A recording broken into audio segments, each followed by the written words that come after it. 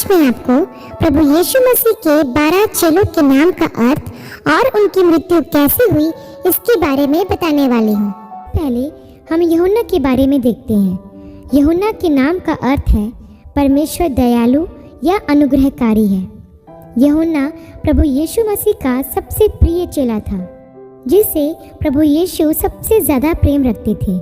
यूहन्ना के सुसमाचार के 13 अध्याय के 24 वचन में लिखा है कि यूहन्ना प्रभु यीशु की छाती की ओर सिर रखकर बैठा करता था और प्रभु यीशु ने यूहन्ना के विषय ही पतरस से यह भी कहा था कि यदि मैं चाहूँ कि वह मेरे आने तक ठहरा रहे तो तुझे इससे क्या।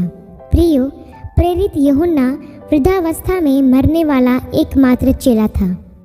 प्रभु यीशु मसीह के सुसमाचार के कारण उसे रोमी शासकों द्वारा बंदी बना लिया गया तथा कोलिजियम में लाया गया। प्रियो, कोलिजियम रोम साम्राज्य का एक स्टेडियम था जिसे मनोरंजन के लिए बनवाया गया था, जहां उसे खौलते हुए तेल के हंडे में डाल दिया गया, लेकिन उस तेल से उसको कुछ भी हानि नहीं हुई, बल्कि इस घटना के बाद कोलिजियम में बैठे कई लोगों ने प्रभु यीशु पर विश्वास किया और मसीह को ग्रहण किया। इसके पश्चात प्रेरित यूहन्ना को रोमी शासकों द्वारा पतमुस नामक टापू पर भेज दिया गया, जहां पर प्रभु यीशु ने उसे अंत के दिनों का प्रकाशन दिया और वहीं पर उसने प्रकाशित वाक्य की पुस्तक को भी लिखा। वृद्धावस्था के कारण उसे वहां से मुक्त कर दिया गया, जिसके बाद वह इफिसुस में आए, जहां उनकी सन 98 ईस्वी के कुछ समय के पश्चात प्राकृतिक मृत्यु हो गई। इसके बाद हम शमौन के बारे में देखते हैं प्रियो, जो पतरस कहलाता था। इसके नाम का अर्थ होता है चट्टान। प्रभु यीशु ने पतरस के विषय में कहा था कि मैं इस पत्थर पर अपनी कलीसिया बनाऊंगा और अधोलोक के फाटक उस पर प्रबल ना होंगे।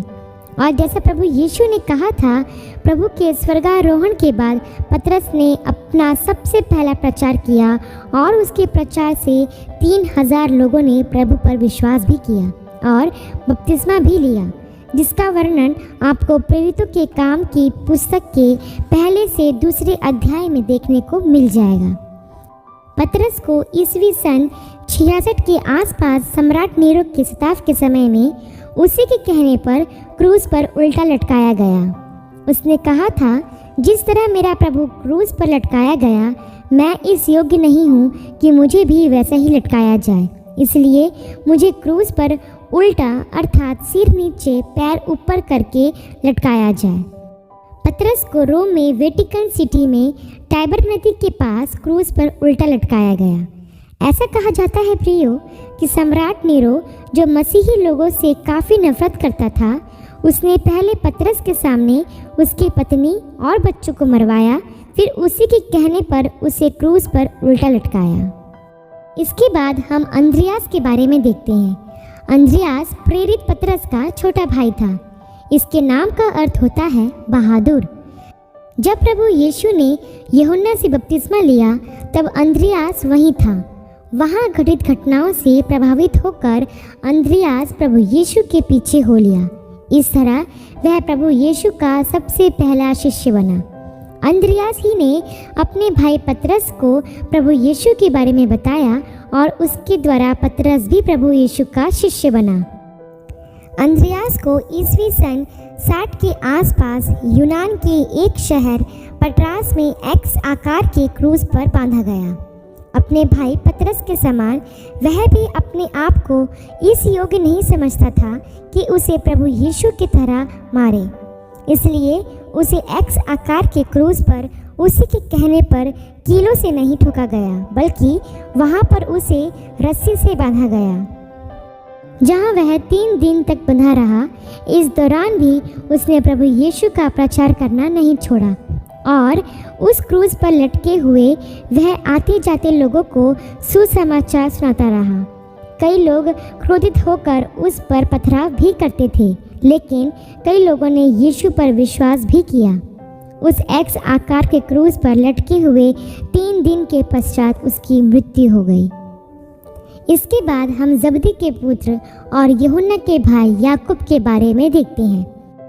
इसके नाम के कई अर्थ होते हैं, जैसे लुभाने वाला, पीछे रहने वाला और एड़ी आदि। इसकी माता का नाम सलोमी था, जो प्रभु की मृत्यु के पश्चात सुगंधित वस्तुएं लाने वाली महिलाओं में से एक थी। याकूब चेलों में शहीद होने वाला सबसे पहला शिष्य था। प्रभु यीशु के स्वर्गारोहण के पश्चात वह यरूशलेम में प्रचार कर रहा था, जहां हेरोदेस राजा ने उसे पकड़वा कर मंदिर के कंगूरे पर खड़ा करवा कर उसका सिर तलवार से कटवा दिया और उसे नीचे फेंकवा दिया।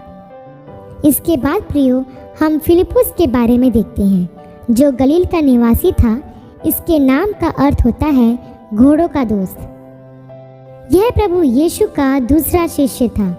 प्रभु के स्वर्गारोहण के बाद वह प्रचार करने एशिया माइनर गया, जिसे आज तुर्की कहते हैं।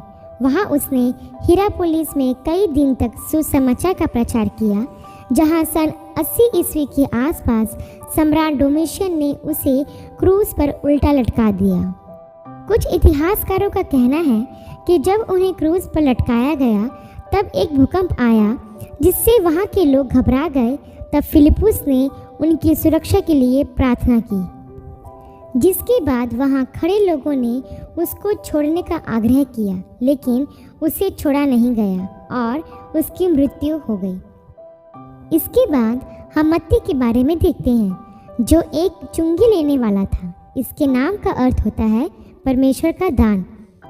मत्ती ने कई देशों जैसे इथियोपिया, मैसेडोनिया, सीरिया में प्रचार किया।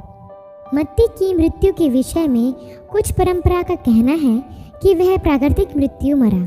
कुछ कहते हैं कि इथियोपिया में उसे तलवार से मारा गया, लेकिन कुछ का कहना है कि उसे इथियोपिया के किसी राजा ने पहले बिस्तर पर कीलों से ठुकवा देने का आदेश दिया। उनके पूरे शरीर को कागज, गंधक, तेल, डामर तथा झाड़ झंकार से ढक दिया गया और आग लगा दिया गया। इस प्रकार मत्ती की मृत्यु हुई और वह शहीद हुआ। इसके बाद बरतुल्मै के बारे में देखते हैं। उसके नाम का अर्थ होता है तलमै का पुत्र, क्योंकि इब्रानी भाषा में बर का अर्थ होता है पुत्र और तुल्मै उसके पिता का नाम था। बरतुल्मै ने भारत सहित कई देशों में प्रचार किया। इसने मत्ती रचित सुसमाचार का इब्रानी भाषा में अनुवाद भी किया था, जिसे वह भारत लाया। परंपरा के अनुसार बरतुल्मै को बारबूस राजा की आज्ञा से आर्मेनिया में ईस्वी सन 71 के आसपास चमड़ी उतारकर क्रूस पर चढ़ाया गया। फिर उसका सिर कलम किया गया और उसके पुत्र को समुद्र में फेंक दिया गया। इसके बाद हम थोमा के विषय में देखते हैं। इसके नाम का अर्थ था जुड़वा। यह वही चेला था जिसने कहा था कि जब तक मैं प्रभु यीशु के पंजर में अपना हाथ न डाल लूं, तब तक मैं विश्वास नहीं करूंगा कि यीशु जी उठे हैं। थोमा को दिदुमुस भी कहा जाता था। थोमा ने पहले मध्य पूर्व में प्रचार किया, फिर वह प्रचार करने भारत भी आया, जहां वह ईस्वी सन 49 के आसपास पहुंचे। वहां उन्होंने बहुत प्रचार किया और 7 कलीसियाओं की स्थापना भी की। थोमा ने उत्तर भारत, पंजाब, चीन और केरल तक प्रचार किया। जब वह माइलापुर की पहाड़ी पर प्रार्थना कर रहे थे, तब लोगों ने तंग आकर उन्हें भाले से भेद दिया। इस पहाड़ी को वर्तमान में थॉमस माउंट के नाम से जाना जाता है।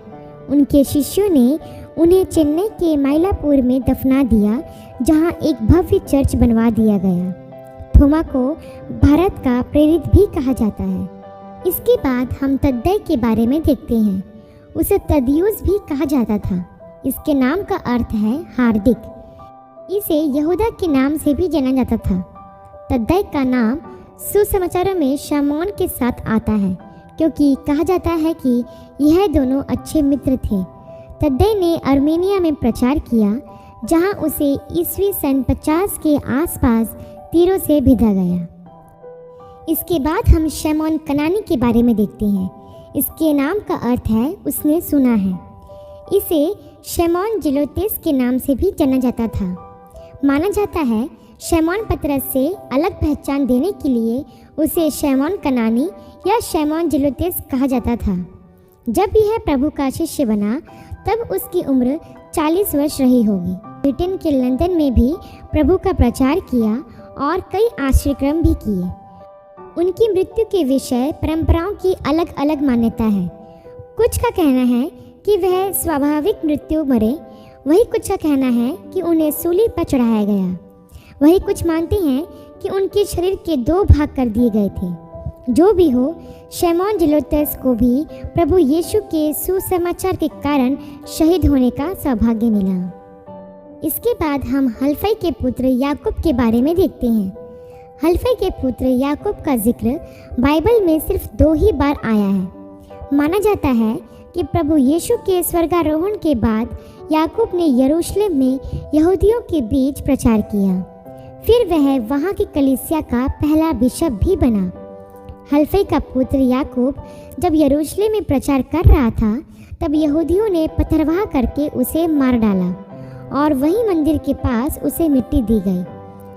कुछ का मानना है कि जब वह मंदिर के कंगूरे पर से प्रचार कर रहा था तब लोगों ने उसे नीचे ढकेल दिया। तब भी उसकी मृत्यु नहीं हुई तो लोगों ने उस पर पथरवाह करके उसे मार डाला। इस प्रकार हल्फई का पुत्र याकूब शहीद हुआ। इसके बाद हम यहूदा इस्करियोती के बारे में देखते हैं। इसके नाम का अर्थ होता है स्तुति के योग्य।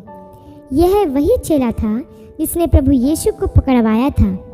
यहूदा इस्करियोती के पास दान की थैली होती थी जिसमें से वह रुपए निकाल लिया करता था। प्रभु यीशु को पकड़वाने के बाद जब उसे पछतावा हुआ तो उसने वो 30 चांदी के सिक्के महायाजक के पास जाकर फेंक दिया और जाकर फांसी लगा ली। आशा करती हूँ प्रियो, यीशु मसीह के 12 चेलों की सेविकाई और प्रभु यीशु मसीह के लिए उनकी शहादत के बारे में जानकर आपको आशीष मिली होगी।